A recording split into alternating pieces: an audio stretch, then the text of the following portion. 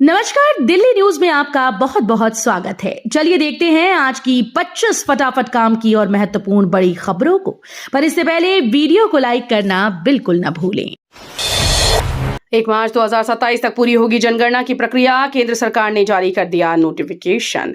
जनगणना को लेकर केंद्र सरकार ने आधिकारिक अधिसूचना जारी कर दी है। जनगणना की यह प्रक्रिया 1 मार्च 2027 तक पूरी हो जाएगी, जबकि लद्दाख, जम्मू कश्मीर, हिमाचल, उत्तराखंड के पहाड़ी इलाकों में जनगणना पूरी होने की तिथि 1 अक्टूबर 2026 रहेगी। आज से आयुष्मान आरोग्य मंदिर में मिलेगा उपचार। गुप्ता एनक्लेव में स्वास्थ्य मंत्री करेंगे उद्घाटन। दिल्ली वासियों को आज से आयुष्मान आरोग्य मंदिर की सौगात मिलने जा रही है। दिल्ली के स्वास्थ्य मंत्री डॉक्टर पंकज कुमार सिंह गुप्ता एनक्लेव स्थित पुराना बारात घर में आयुष्मान आरोग्य मंदिर का उद्घाटन करेंगे।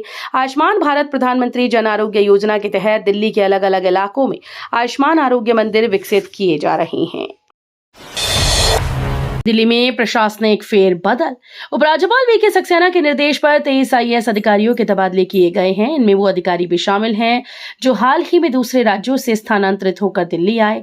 इनके पास वर्तमान में कोई जिम्मेदारी नहीं थी। आदेश के तहत तत्काल प्रभाव से स्थानांतरण और तैनाती का आदेश जारी किए गए। दिल्ली में महंगी हो जाएगी जमीन। सर्कल रेट को लेकर सीएम ने दिया बड़ा अपडेट। दुनिया के ज्यादातर देशों में नागरिकों का सपना होता है कि देश की राजधानी में उनका अपना घर हो।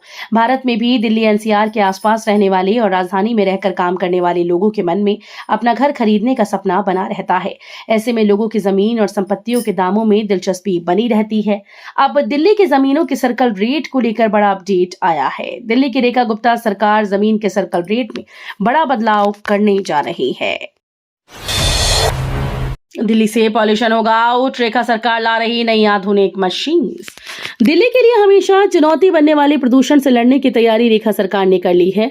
दिल्ली की नई बीजेपी सरकार इससे निपटने के लिए नई और एडवांस मशीन्स इंस्टॉल करेगी, जिसके बाद यह दावा किया जा रहा है कि इससे प्रदूषण की मात्रा में काफी कमी आएगी।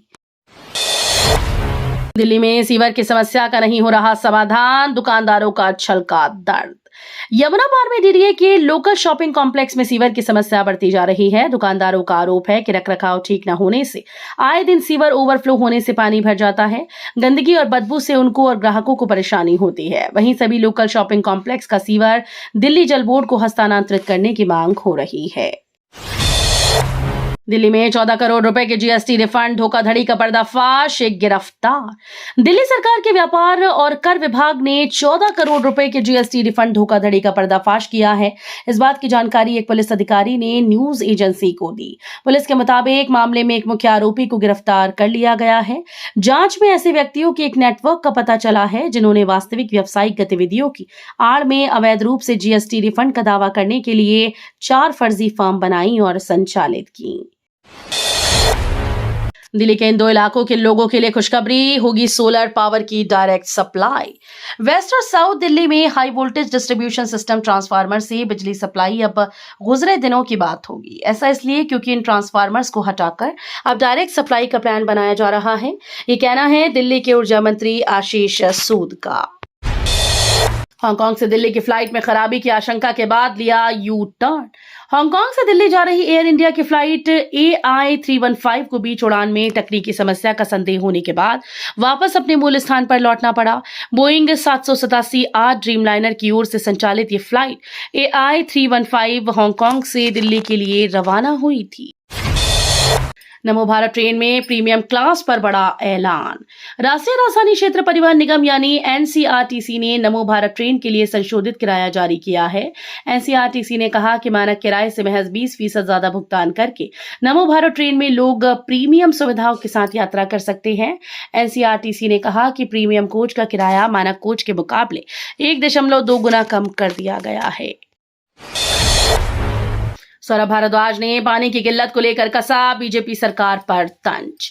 आम आदमी पार्टी के दिल्ली प्रमुख सौरभ भारद्वाज ने दिल्ली में पानी की किल्लत को लेकर बीजेपी सरकार पर तीखा हमला बोला। उन्होंने कहा कि गर्मियों के इस भीषण मौसम में दिल्ली वासियों को पानी के लिए तरसना पड़ रहा है और भाजपा की तथाकथित 4 इंजन वाली सरकार इस संकट से निपटने में पूरी तरह से नाकाम है।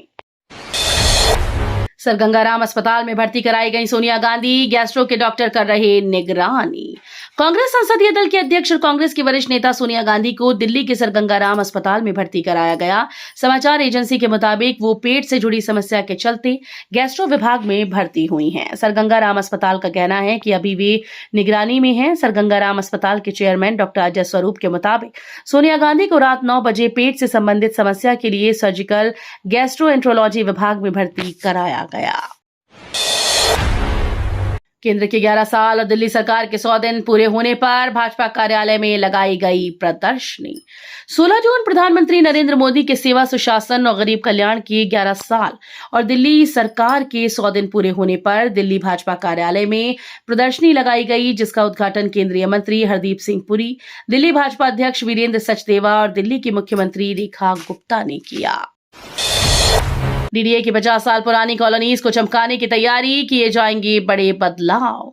डीडीए की 50 साल पुरानी रिहायशी कॉलोनीज को रीडेवलप करने के प्रयास शुरू हो चुके हैं। इसके लिए एलजी सक्सेना ने 2024 में एक टास्क फोर्स बनाई। इस टास्क फोर्स की सिफारिशें स्वीकार करने पर इन कॉलोनीज को रीडेवलप किया जा सकता है। इस टास्क फोर्स ने अपने सुझाव एलजी और उद्योग मंत्री मनजिंदर सिंह सिरसा को सौंप दिए। दिल्ली में अवैध झुग्गियों पर चला डीडीए का बुलडोजर, अशोक विहार में 4 दिन तक चलेगा एक्शन। दिल्ली के अशोक विहार स्थित जेलरवाला बाग इलाके में सोमवार को दिल्ली विकास प्राधिकरण ने अवैध झुग्गियों पर बड़ी कार्रवाई शुरू की। भारी सुरक्षा बंदोबस्त के बीच इलाके में बुलडोजर चलाया गया, जिसके तहत सैकड़ों झुग्गियों को ढा दिया गया। ये कार्रवाई अगले 4 दिनों तक जारी रहने की संभावना है। दिल्ली पुलिस ने छापेमारी के दौरान हिरासत में लिए 36 अवैध बांग्लादेशी। उत्तर पश्चिम जिला पुलिस के विदेशी प्रकोष्ठ ने बीते दिनों दिल्ली के वजीरपुर जेजे कॉलोनी इलाके में छापेमारी के दौरान 17 नाबालिगों सहित 36 बांग्लादेशी नागरिकों को गिरफ्तार किया। यह अभियान इलाके में अवैध अप्रवासियों की उपस्थिति के संबंध में विशिष्ट खुफिया जानकारी पर आधारित था। दिल्ली में झुग्गियों पर बुलडोजर एक्शन पर भड़के केजरीवाल ने पीएम पर बोला हमला। दिल्ली में सोमवार को भी कई अवैध निर्माण के खिलाफ कार्रवाई की गई। डीडीए ने अशोक विहार में कई झुग्गियों को गिरा दिया। बताया जा रहा है कि इस दौरान अवैध रूप से बनाई गई 200 से ज्यादा झुग्गियों पर बुलडोजर चलाया गया। इसमें 1000 से अधिक लोग काफी लंबे समय से रह रहे थे। रविन्द्रनाथ टैगोर के पैतृक घर पर हमले का विरोध, भाजपा नेताओं ने बांग्लादेश उच्चायोग पर किया प्रदर्शन। प्रदेश भाजपा ने बांग्लादेश स्थित भारत रत्न रविन्द्रनाथ टैगोर के पैतृक निवास पर हुई तोड़फोड़ के विरोध में सोमवार को बांग्लादेश उच्चायोग के पास प्रदर्शन किया। प्रदर्शनकारी भाजपा नेताओं ने टैगोर का अपमान नहीं सहेगा हिंदुस्तान जैसे नारों के साथ विरोध जताया और बांग्लादेश सरकार से कार्रवाई की मांग की। प्रदेश भाजपा के अध्यक्ष वीरेंद्र सचदेवा ने प्रदर्शन का नेतृत्व किया।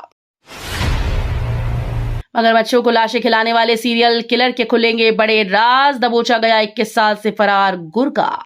टैक्सी और ट्रक ड्राइवर्स की हत्या करने वाले सीरियल किलर देवेंद्र शर्मा उर्फ डॉक्टर डेथ के प्रमुख सहयोगी राजेंद्र उर्फ राजू को क्राइम ब्रांच ने गिरफ्तार कर लिया।